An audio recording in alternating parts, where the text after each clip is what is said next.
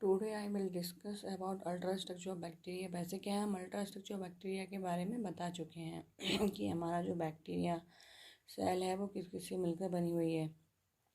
उसमें हमारे rigid cell wall है, प्लाज्मा मेम्ब्रेन है, प्लाई है, फिम्ब्री है, कैप्सूल एंड स्लाइम लेयर है, मेसोसोम है, साइटोप्लाज्मिक इंक्लूजन है, न्यूक्लियॉइड और प्लाज्मिड है।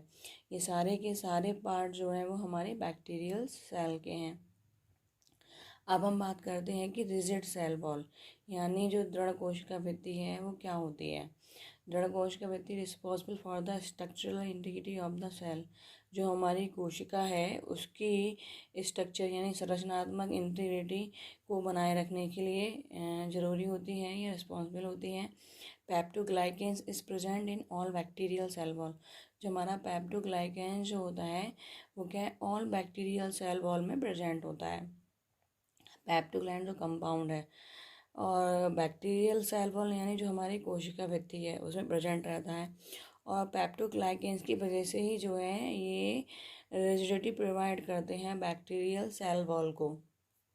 और क्या करते हैं, determine the shape of bacterial cell. जो हमारी बैक्टीरियल सेल है उसको शेप भी प्रदान करते हैं। Cell wall integrity is essential for bacterial cell. जो हमारे कोशिका भित्ति की इंटीग्रिटी है या जो उसकी दृढ़ता है वो बैक्टीरियल सेल के लिए एसेंशियल है या ज़रूरी है। और जिसकी वजह से ये क्या है, प्रोटेक्टिव बैरियर वाला या प्रोटेक्टिव बैरियर इसका फंक्शन है। It provide protection by blocking or slowing the entry of salt. जैसे एंट्री ऑफ सॉल्ट या ये कह रहे हैं ब्लॉकिंग, तो मतलब सॉल्ट कौन से, एंटीबायोटिक्स हैं and other toxic substances which may kill or injure the bacterium. सीधी सी बात है कि भाई जब भी कोई बैक्टीरिया किसी ह्यूमन में एंट्री करता है, मान लो हमारा टाइफाइड का बैक्टीरिया हो गया या फिर हमारा माइकोबैक्टीरियम ट्यूबरकुलोसिस हो गया, अगर हमें ट्यूबरकुलोसिस या टीबी हो गया है तो सीधी सी बात है हमारी एंटीबायोटिक्स भी चलेंगी और अदर सॉल्ट भी चलेंगे। तो इसीलिए जो है हमारी जो इसकी जो सेल वॉल है, जो कोशिका भित्ति है, वो क्या करती है, इसको ब्लॉक कर देगी जो भी एंटीबायोटिक्स हैं, या स्लो कर देगी इसकी एंट्री को, ताकि जो बैक्टीरियम है वो किल और इंजर ना हो। फिर हमारी प्लाज्मा मेम्ब्रेन और साइटोप्लाज्मिक सेल। प्लाज्मा मेम्ब्रेन में क्या है, या साइटोप्लाज्मिक सेल को हम साइटोप्लाज्मिक मेम्ब्रेन भी बोलते हैं। जो किसकी बनी हुई होती है, फॉस्फोलिपिड और प्रोटीन की। Protein they are building blocks of the cell membrane. Protein चाहे ह्यूमन में हो चाहे बैक्टीरियल सेल में हो, वो दोनों जगह ही क्या है, रिपेयरिंग या बिल्डिंग ब्लॉक की तरह वर्क करती है। They are efficient storage energy. Protein और फॉस्फोलिपिड जो है हमारी बॉडी में क्या एनर्जी को स्टोर करके रखते हैं, लाइक ए ट्राइग्लिसराइड। और ट्राइग्लिसराइड क्या है, these are the source of acetylcholine. जो हमारा ट्राइग्लिसराइड है उससे हमारा क्या बनता है, एसिटाइल कोलिन बनता है। एसिटाइल कोलिन, तो एसिटाइल कोलिन क्या है, एक न्यूरो ट्रांसमीटर है जो कि एक्साइटेशन में, या एक्साइटेशन जिसका फंक्शन है। It is the activity involve in the regulation of flow of materials inside and outside the cell. Plasma membrane का जो वर्क है वो ये है कि ये रेगुलेट करती है flow of material inside and outside the cell. अब इसमें क्या है कि जो भी हमारे न्यूट्रिएंट्स हैं वो क्या है, सेल के अंदर आते हैं, दूसरा जो वेस्ट है वो सेल से बाहर जाता है, तो इन सब का रेगुलेशन करना। दूसरा ऑस्मैटिक बैरियर, उसमें जो है इंट्रासेलुलर ऑस्मैटिक प्रेशर को मेंटेन करना सेल के अंदर, क्योंकि ऑस्मैटिक प्रेशर क्या, आइसोटोनिसिटी को देखते हैं हम इसके अंदर। तो ये सारा जो फंक्शन है वो किसका है, हमारा प्लाज्मा मेम्ब्रेन का है।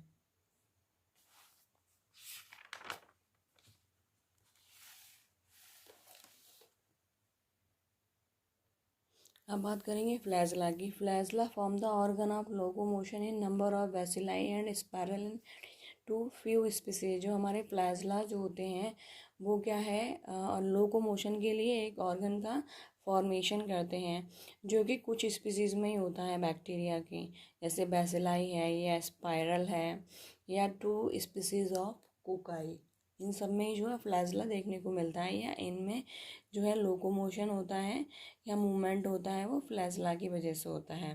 फ्लैजला भी हमारे कई टाइप्स के होते हैं, मोनोट्राइकस, लोफोट्राइकस, एम्फीट्राइकस, पेरिट्राइकस और एट्राइकस। मोनोट्राइकस में क्या होता है, सिंगल फ्लैजला होता है। लोफोट्राइकस में न्यूमरस फ्लैजला होते हैं। एम्फीट्राइकस में सिंगल फ्लैजला या बंचेस में, सिंगल भी हो सकते हैं या गुच्छे के रूप में भी हो सकते हैं। पेरिट्राइकस फ्लैजला में क्या होता है, पूरी बॉडी पे होते हैं फ्लैजला, किसकी, बैक्टीरिया के या बैक्टीरियल सेल वॉल के। एट्राइकस का मतलब होता है एब्सेंस ऑफ फ्लैजला। अब हम बात करेंगे पिलाई या फिमरी। पिलाई और फिमरी दोनों ही जो है लोकोमोशन में काम करते हैं, बट इनका जो मेन काम है वो क्या, एडिशन का काम होता है। जैसे पिलाई की बात करें, pili are short hair like structure on the cell surface of prokaryotic cell.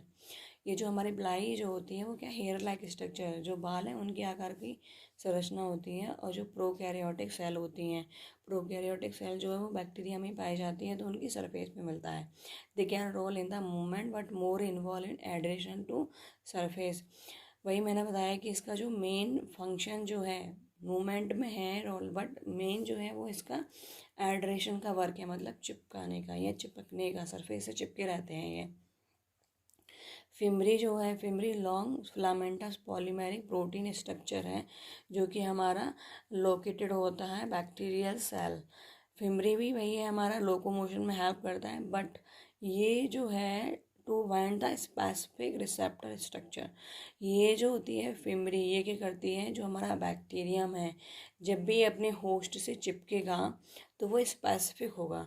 जैसे मान लो टाइफाइड फीवर है, टाइफाइड जो होता है हमारा, वो जो है क्या कहते हैं हम, तो ज्वर भी बोलते हैं। तो इस ये जो है इसका मेन अटैक जो होगा वो हमारा या तो लीवर या इंटेस्टाइन पे, तो ये जो है सारे के सारे क्या है, इस स्पेसिफिक के अंदर आते हैं।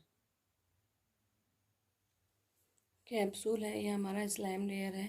मैं बताया था जैसे कि क्या करते हैं ये, कंपेयर करते हैं पहले तो हम इसे सेल वॉल से, कोशिका भित्ति से, और दूसरा ये हमारी जो डाई होती है उससे क्या है, ये कलर नहीं होते हैं। और बैक्टीरिया जो है फैगोसाइटोसिस और डेसिकेशन का वर्क करते हैं। फैगोसाइटोसिस का काम ये है कि जो भी हमारे वेस्ट मटेरियल है बैक्टीरियल सेल वॉल के अंदर, वो क्या है, मतलब उसको क्या है, ये फैगोसाइटोसिस कर लेते हैं, मतलब खा लेते हैं। इसी तरीके से अगर हम बात करें, जो हमारी WBC है वो भी यही वर्क करती हैं। और डेसिकेशन का मतलब क्या है, ये उसको सुखा देते हैं।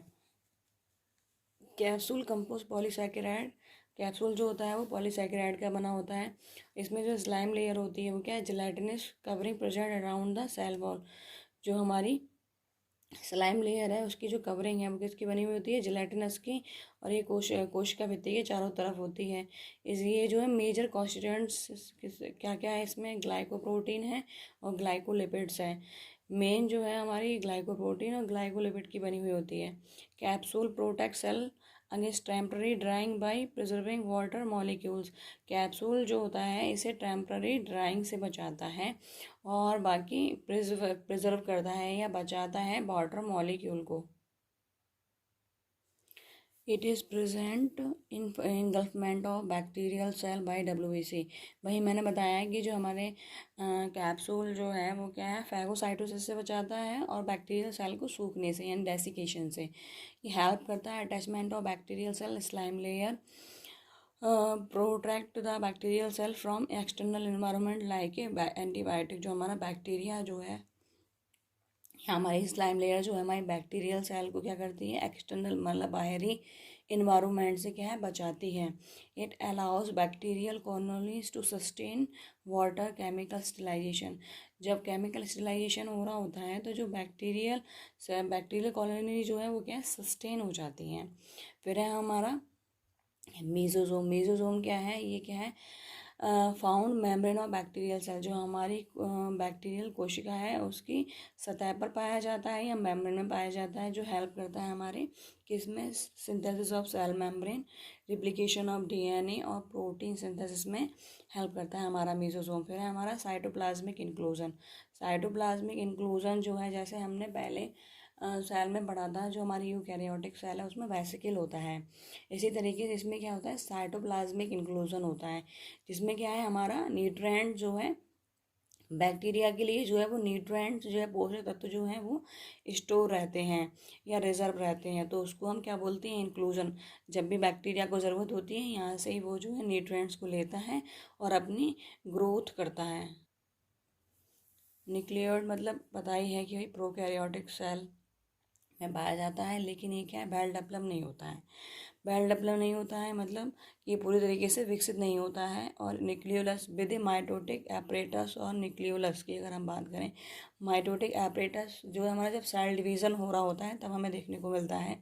इसमें होता क्या है कि जो हमारी सेपरेट हो जाती हैं, जो सिस्टर क्रोमेटेड जो होती हैं वो बिटवीन डॉटर सेल से, उसके बाद जो हमारी न्यूक्लियोलस है वो क्या है, जेनेटिक इन्फॉर्मेशन को लेके जाती है बैक्टीरियल कोशिका के पास। They are essential for the structure and function of bacterial cell. और ये जो है हमारे मतलब चाहे न्यूक्लियोलस हो, चाहे हमारा जेनेटिक इन्फॉर्मेशन या जेनेटिक डीएनए आरएनए जो है वो हमारा स्ट्रक्चर और फंक्शन दोनों तरीके से क्या है, इसके लिए एसेंशियल है। और अगर हम प्लाज्मिड की बात करें, प्लाज्मिड क्या है, एक स्मॉल एक्स्ट्रा क्रोमोसोमल डीएनए है। एक्स्ट्रा क्रोमोसोमल डीएनए मॉलिक्यूल है विद इन द सेल, जो कि हमारी सेल के अंदर पाया जाता है। That is physically separated from chromosomal DNA. ये जो है फिजिकली क्या है, सेपरेट हो जाता है क्रोमोसोमल डीएनए से, एंड कैन रेप्लिकेट इंडिपेंडेंटली। ये करता क्या है कि अलग होने के बाद अपनी फैमिली से, और ये जो है खुद ही रिप्लिकेट करके अपने जैसा दूसरा डीएनए मॉलिक्यूल बनाता है।